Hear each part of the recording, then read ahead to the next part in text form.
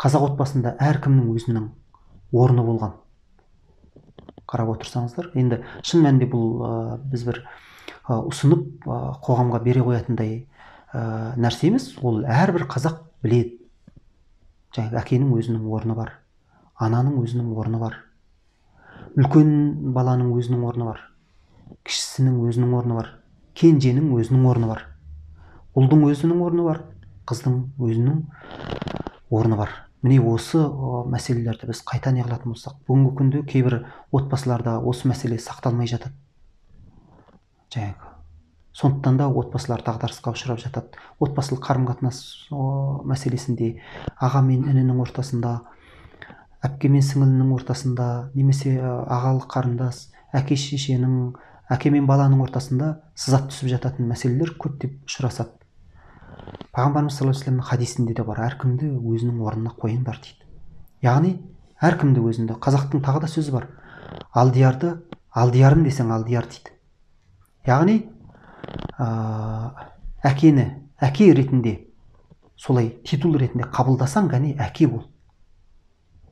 Оны сыйламасаң, оны құрметтемесең, оның әкенің де дуасы жоқ, аузының дуасы, сөзінің киесі жоқ. Сондай деңгейге түседі. Яғни бұл тұлғаның дамуында ортаның да әсері бар екендігін білдіреді бұл сөз. Алдиярды алдиярым десең алдияр деген. Орнына қою және соны солай әспеттеу. Немесе соның сөзіне тоқтау. Сондықтан бұл жерде біздің қазақ отбасыларының тәжірибесі негізінде мынау атаға, егер үлкендер бар болатын болса, қара шаңырақ болса, атаға билетеді. Ал ол жерде ата да ата деуге татитын кісілер болған бұрын. Жаңа айтып отырмыз ғой, Құнанбай билігін беріп қойды 13 жасар балаға. Оған ары қарай араласып, сен мынаны оқыт, сен мынаны оқыт деген мәселені айтқан жоқ. Ең соңында нәтижесін тыңдады, көкейіне қонды, болды. Міне басқару деген осы. Оның әрбір ісіне қадалып, әрбір этаптарды бақылап отыру керек емес. Мысалы, ақсақалдық деген де осы. Сондықтан бүгінгі ақсақалдарымыз да өзінің ақсақалдық деңгейін, статусын сақтап отыру үшін біздің бабаларымыздың тәжірибесін ескергені дұрыс. Ал қара шаңырақ емес, өзін өзі басқарып отырған отбасылар болатын болса, әке титул ретінде қабылданған. Ол енді қазақтың жалпы бүгінгі дейін бұл санадан қазақ кете қойған жоқ. Дей тұрғанмен кей отбасыларда әкенің рөлі төмендеп кетіп жатады. Мынау әкенің сөзі тыңдалмауына сол үйдегі ананың да әсері бар. Өйткені бұрынғы заманда не үшін жаңағы алдияр дегізіп отырған, әкені әке қылып титул қылып отырған ол ана болған. Қой, әкең сөйтеді, әкең бүйтеді, әкең көрсе, мынау өте үлкен мәселеге айналады деп қорқытады. Сондықтан бала тоқтайды ол нәрсеге. Ал өстіп әспеттеп отырғаннан кейін әкенің сөзі өтімді болады. Әкенің орны, тұлғалық деңгейі жоғарылай береді, статусы. Ал осыған сай әке де өзінің тұлғалық қасиетін дамытып отырса, жаңағы Құнанбай сияқты, жаңағы өнеге таратып отырған Оспан сияқты, соны көрген, Абайдікін көрген Мағауия қандай болды?